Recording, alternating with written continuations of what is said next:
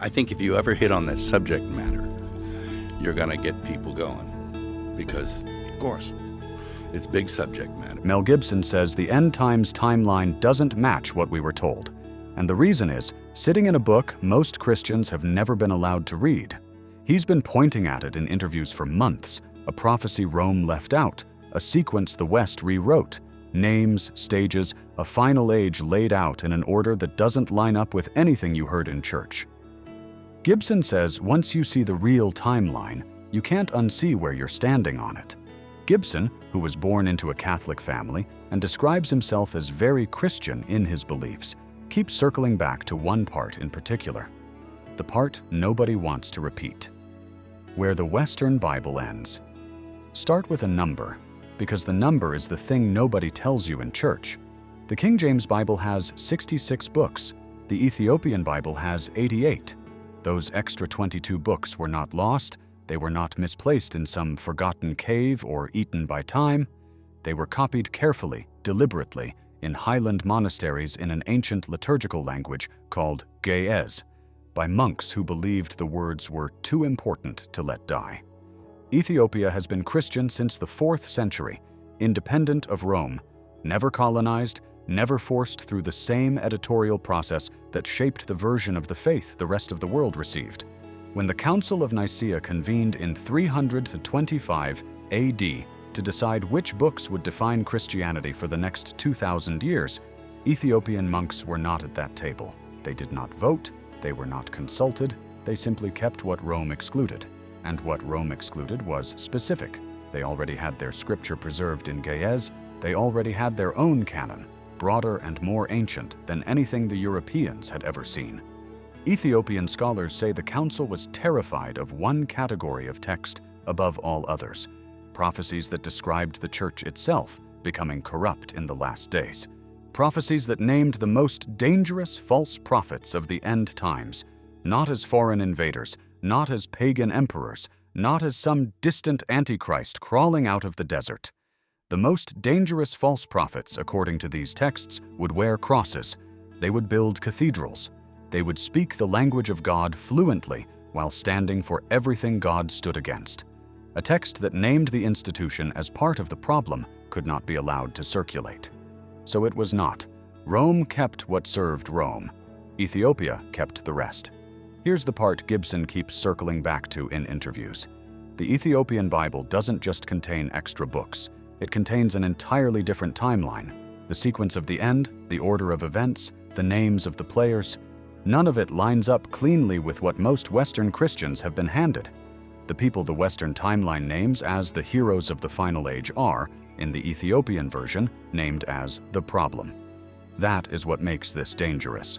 Not that the timeline is different, but that it is uncomfortably specific about who is on the wrong side of it. The 40 days nobody talks about. Among the excluded texts is a book called the Book of the Covenant. It is described by Ethiopian scholars as a record of what Jesus taught his disciples in the 40 days between his resurrection and his ascension. 40 days. The 4 canonical Gospels almost entirely pass over this stretch of time. Most Western Christians have never even thought to ask what happened during it. They are taught the resurrection, they are taught the ascension, and the gap between is left as a kind of holy blur. But the Ethiopian monks who copied the Book of the Covenant believe those 40 days were the most important of all. According to them, those days were when Jesus stopped speaking in parables and started speaking plainly, when he stopped offering comfort and started issuing warnings, when he laid out, in clear sequence, what the final age would look like, and exactly who would fail to recognize it while they were living inside it. To understand what those manuscripts actually feel like, you have to picture the place they live. The Jarima Monastery sits on a flat-topped mountain in the Tigray region of northern Ethiopia. It is one of the oldest active Christian sites on Earth. Inside, behind locked wooden doors, monks have kept handwritten Gospels and apocalyptic texts that scholars now believe are among the oldest, illuminated Christian manuscripts in existence. Some are dated to the 4th and 5th centuries. The pages are goatskin vellum. The script is Ge'ez, written by hand in iron gall ink that has somehow not faded in 1,500 years. A few years ago, an Ethiopian Orthodox scholar named Abba Mebratu Kiros, a senior monk who has spent his life translating these texts, described the moment he first showed an outsider the section of the Book of the Covenant that deals with the final age.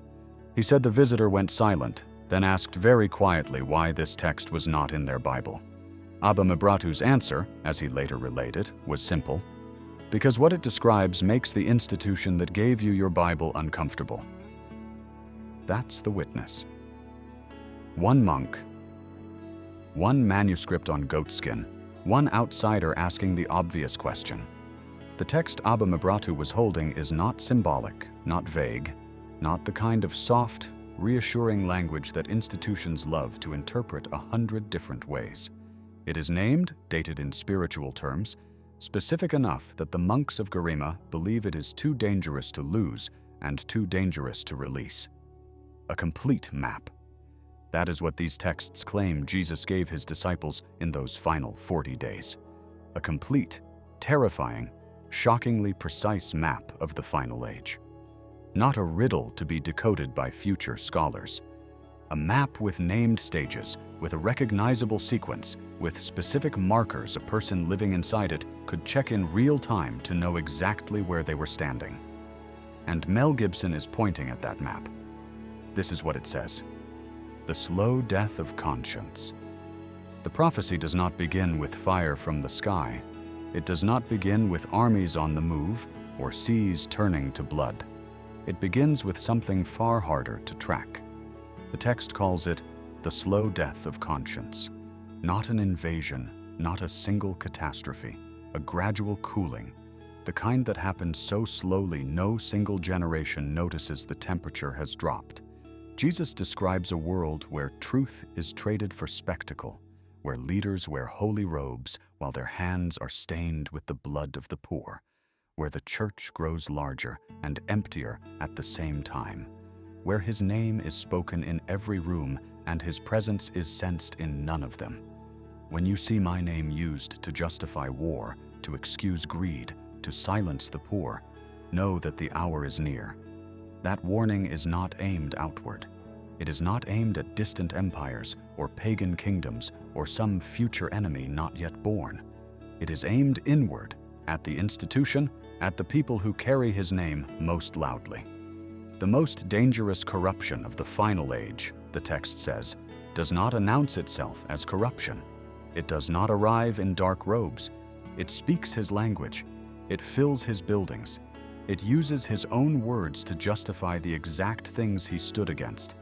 Then the prophecy moves into the physical world. Earthquakes, floods, strange events in the sky that confuse even the wisest observers. But Jesus is precise about what these are not. They are not punishments, they are signals. He calls them the birth pains of a new age, the earth groaning because it knows what is coming, even when the people living on its surface have forgotten how to listen. Do not fear the shaking of the ground. Fear the shaking that does not come, the stillness of hearts that have gone completely cold. That is the line the Garima monks copied generation after generation by candlelight, in rooms cut from stone, bent over goatskin vellum with quills that had to be sharpened every few minutes. They were not preserving a metaphor for distant catastrophe. They were preserving a description of spiritual numbness at scale. A world that has grown so accustomed to comfort, it can no longer feel the thing it was made to feel. And every monk who copied that passage knew exactly what civilization the description fit. Theirs, and everyone after. The empire without chains. A second Ethiopian text, the Didascalia, adds another layer to the prophecy. And this is where it stops sounding like ancient theology and starts sounding like something written about the present. Jesus warns his followers about a final empire. Not a single nation, not a military power, not Rome reborn or Babylon returning, or any kingdom you could draw on a map. A system of control so vast and so subtle that most people will live inside it their entire lives without ever recognizing it as a cage. This empire does not use chains, it uses comfort. It gives people bread and entertainment and calls that freedom. And most people accept the exchange willingly, eagerly, because the cage is built so gradually and so pleasantly that no single moment of entry can be identified. There is no border crossing, no surrender ceremony, just a slow drift into a way of living that nobody chose, but everyone now defends. The Didascalia says Jesus was specific about what this empire produces in its subjects. Not pain, not obvious misery, a kind of satisfied numbness. People who have everything they need and feel nothing they were made to feel. People who have stopped asking the questions that used to define a human life. Who am I? Why am I here? What do I owe to others? Those questions get quietly replaced by smaller, more manageable ones. What should I watch? What should I buy? What should I post? Blessed are those who see the cage and still choose love. Blessed are those who are hungry for truth in the age of false abundance. That line is one of the most quoted passages in Ethiopian monastic writing. Abba Mebratu's monastery has it inscribed in Ge'ez above one of the inner doorways. And the further you read into the text it comes from, the more impossible it becomes to place it anywhere other than now. The age of false abundance, a phrase Jesus reportedly used in the 40 days, spoken to fishermen 2,000 years ago, and somehow describing a world in which entire grocery aisles are devoted to varieties of one product, and people still feel like they are starving from the inside. The 4 stages.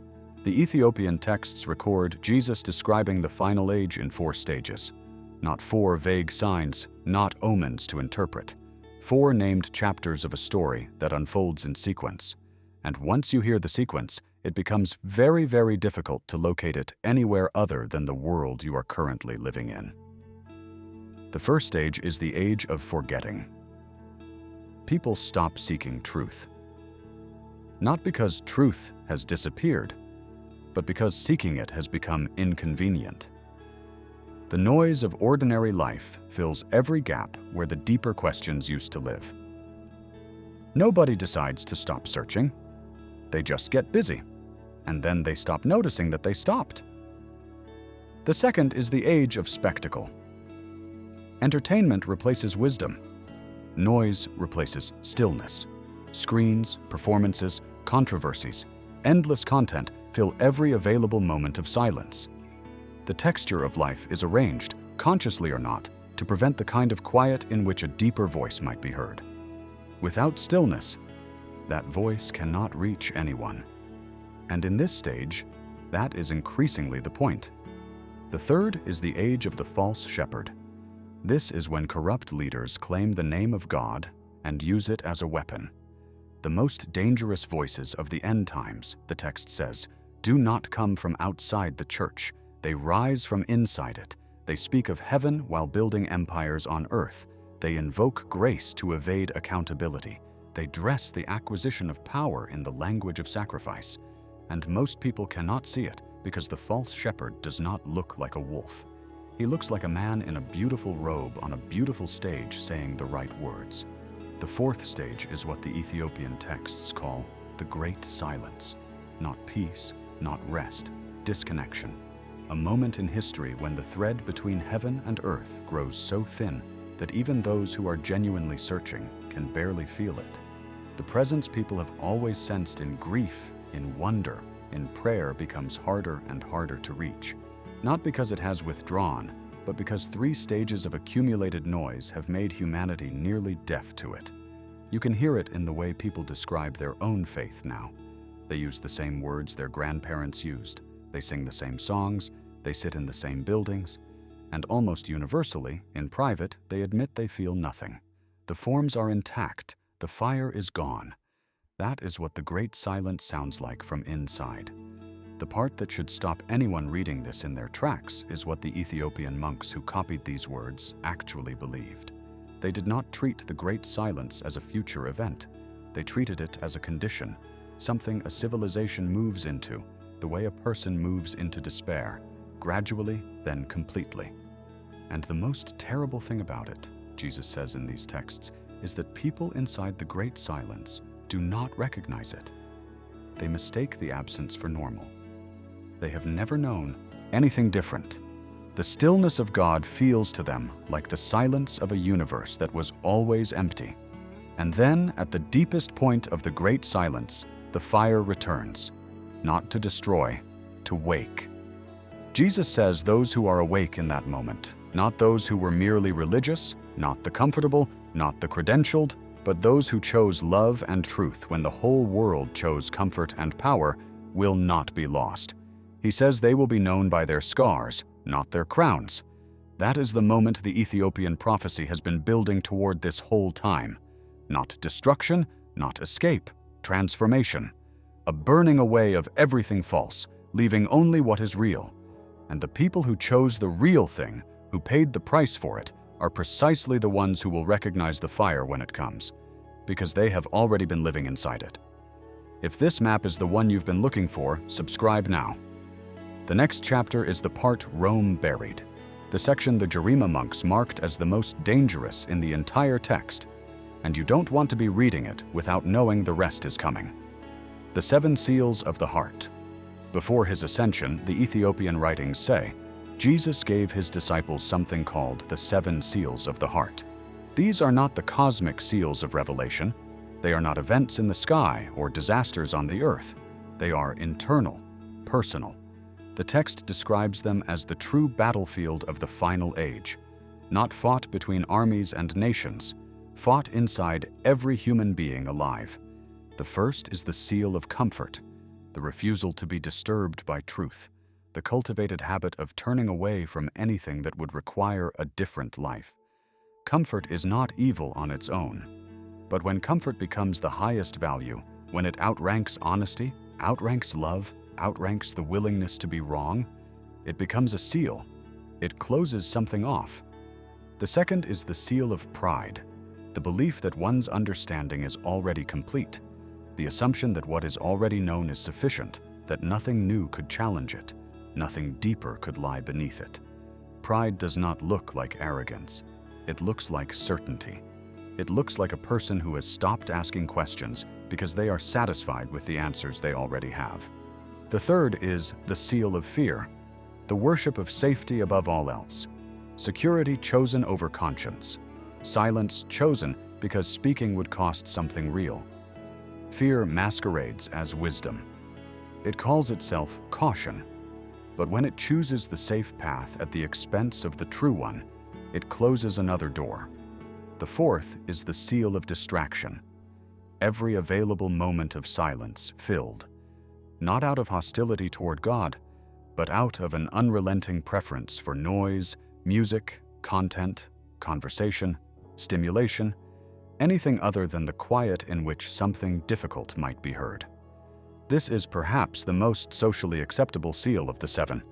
Nearly everyone wears it. Almost no one recognizes it. The fifth is the seal of false community, surrounding oneself exclusively with people who confirm what one already believes, a world constructed so that no core assumption is ever seriously tested. The people inside this seal feel supported, connected, understood. What they do not feel, because the community itself is designed to prevent it, is genuinely challenged. The sixth is the seal of false mercy, using forgiveness as a reason never to change. The idea that grace removes accountability entirely, that being forgiven means the transformation is already complete. This seal is particularly devastating because it disguises itself in one of the most beautiful words in the faith. Mercy used as an escape hatch from growth becomes something else entirely. And the seventh seal, the one Jesus says is the most dangerous of all, is the seal of religion itself. The use of holy words, sacred rituals, theological precision to avoid the living, burning reality of God. The ability to speak fluently about transformation without ever experiencing it. To perform devotion, to practice the discipline of faith, while remaining at the center entirely unchanged. The form without the fire. This is the seal the Jerima monks said most modern believers would die behind, not because they rejected God, but because they substituted the experience of God with the description of God, and never noticed the trade. He says when a person breaks all 7 seals within themselves, they are ready. They become the fire they were waiting for from the sky. Now look at what this framework actually describes. Not an abstract future, the present. A world drowning in comfort. Spiritual language weaponized by institutions and influencers chasing reach. Millions attending services every weekend, leaving feeling completely empty. The most technologically connected generation in human history, and one of the loneliest. Identities curated, performed, measured in engagement. A generation that makes gods of its own image. Jesus looks at his disciples in these Ethiopian texts and names it. He calls this generation the one that stands at the door. This is not a prophecy about something approaching. It is a description of something already here. The final witness. The Ethiopian writings close the prophecy with a passage scholars have called the prophecy of the final witness. And this is where the timeline most Western Christians were taught starts to crack apart entirely. In the last age, Jesus says, his voice rises again, but not from the places anyone is watching. Not from cathedrals, not from stadiums, not from polished pulpits or curated platforms. His voice rises from deserts, from prisons, from the children of the forgotten. His spirit speaks through those the powerful ignore. And the most dangerous truth of the end times, the text says, is this. The people who are most certain they are prepared will be the last ones to see it coming. This generation of final witnesses will not be welcomed. They will be mocked, silenced, removed from the platforms and pulpits of their age. But their voices will be heard where it actually matters. Not in arenas, not on screens, in the hearts of the people who are ready to receive them. Truth, the text says, does not need a microphone. The Ethiopian texts call this the deepest inversion of the end times. The people who are most publicly certain they represent God will be the ones furthest from him, while the people the world considers irrelevant, marginal, forgettable, will be the ones carrying the actual fire. The final witness is not a famous figure, not a preacher with a stadium. The prophecy describes someone coming out of a desert, out of a prison, from among the forgotten. Ethiopian theologians argue this is precisely why Rome buried the text, a prophecy that named the most dangerous false prophets of the last days, as cross-wearing, cathedral-building men could not survive inside the institution that wore crosses and built cathedrals. So those words were placed where they could not spread. And Ethiopia kept them, high in the mountains, in monasteries that have outlasted empires. Monks at Jerima, at Debre Damo, at Lalibela continued copying these words by hand century after century, through wars and famines and the collapse of dynasties. While the Western Church assembled a different canon and called it complete, the Ethiopian monks kept transcribing the version that named the institution itself as the Trap. 2,000 years later, those manuscripts still exist, still in gaze, still on goatskin, still saying the same thing. What Mel Gibson is actually pointing at Mel Gibson is not the first person who knows these texts exist. Ethiopian scholars like Abba Mabratu, historians of early Christianity, researchers of ancient manuscripts have engaged with these writings for a long time. The broader world simply was not paying attention. These texts were never lost. They were just invisible to anyone who was not looking in Ethiopia. What Gibson has done is name it loudly to an audience that would never otherwise encounter it. He has the platform. He has the willingness. He has the credibility in his own complicated way to say to millions of people at once that this is real, this is complete, and this changes what you thought you knew about how the story ends. The Ethiopian Bible is not an obscure curiosity. It is the oldest continuously maintained Christian Bible on earth. Its monks have been guarding these words longer than the Catholic Church has existed in its current form. The question Gibson is really asking is not whether these texts are authentic. Their authenticity has never been the issue. The Ethiopian Orthodox Church has been treating them as scripture for 1,600 years. Scholars have known about them for centuries. The question is why the Western Church needed you not to know about them. Why entire generations of Christians grew up with the certainty that their Bible was complete, when a parallel canon, older and more comprehensive, had been sitting in the Ethiopian highlands the entire time. That silence was a choice, and the texts inside that silence describe with unsettling precision the world being built on top of it. The Ethiopian prophecy closes with a line the Western Church found most threatening of all. Jesus says, "The end is not the end of life, it is the end of the lie. What is coming is a cleansing, a burning away of everything false. And those who chose love and truth, even when the whole world chose comfort and power, those people will not be lost." Right now, in monasteries tucked into the Ethiopian highlands, monks are still copying these words by hand. The same words, the same warning, the same description of a world that looks exactly like the one outside their walls. They have been copying it for 2,000 years. The age of spectacle unfolds on every screen, in every pocket on the planet. The false shepherds hold stadiums. The great silence deepens. And the monks keep writing. They are still not finished. Which of the 7 seals do you recognize most clearly in the world around you or in yourself? Tell us in the comments. We read everyone.